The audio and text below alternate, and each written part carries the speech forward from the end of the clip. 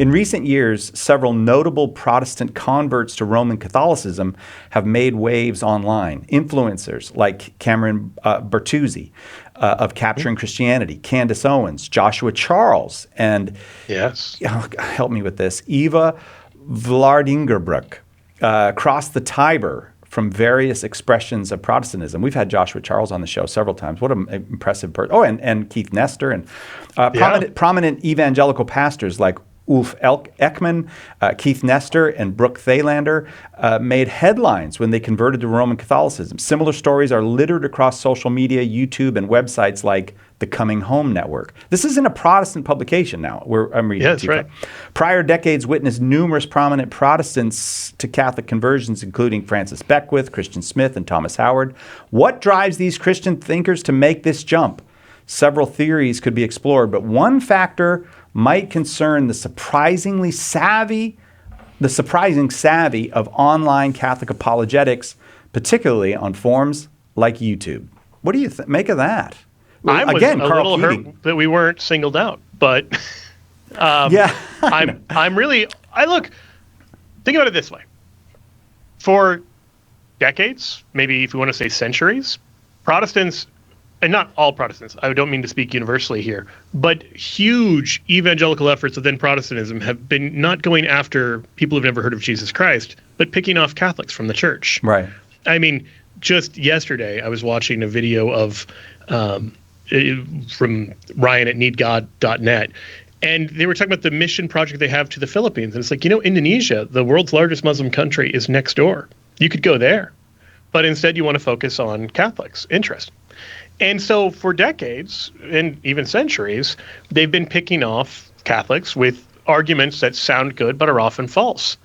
And eventually, somebody picked on the wrong church, and it was Carl Keating's church, and they put a bunch of anti-Catholic stuff on the windshields, and so he created Catholic Answers. But even as the name suggests, this is a response to a provocation. And it turns out the Catholic responses are better than the Protestant arguments. And so Protestants, reading this with a fair mind, are saying like, wow, I didn't know any of this stuff. I'd been taught you guys believed X, and it turns out you don't. I hadn't realized Scripture actually teaches Y. And so a lot of people read that and start to take Catholicism seriously, and many of them are becoming Catholic. It's getting harder to not tell the truth about the Catholic faith. It's getting harder to get away with. I spoke with a guy, a wonderful man, who he converted from Latter-day Saints to Catholicism. He goes, this is what he said: the internet is the worst thing that ever happened to Latter-day Saints, because you can find out the truth. And then he said, the internet is the best thing that ever happened to the Catholic Church, because you can find out the truth.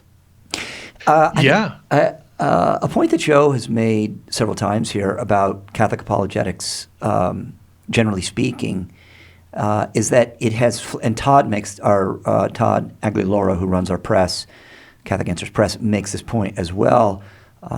It is a uniquely, even still, English-speaking phenomenon.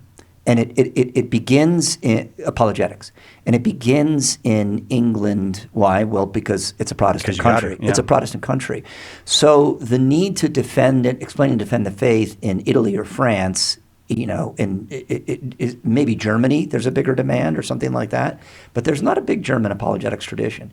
It's mostly English, and then, of course, as a consequence, American. And when Carl began his work, he is heavily influenced and inspired by the guys at Speaker's Corner with the Catholic Evidence Guild. We even published their outlines. Ronald Knox and Frank Sheed, G.K. Chesterton, Vincent McNabb, and folks like this. You can go all the way back to Edmund Campion during the time of the Reformation. Well, absolutely excellent point. And in fact, the Church of England, or whatever they were calling themselves under Elizabeth at that time, is they're making offers to Campion to say, could you please stop this, or because they recognize that right. Yeah.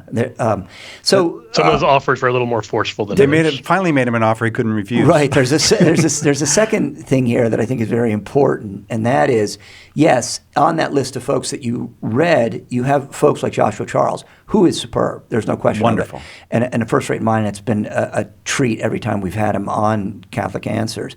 But then you also have people on there like Candace Owens, who is, I'm just going to be charitable, a mixed bag. theologically, okay? And I know she has quite a following, well, and politically, I would say. Right.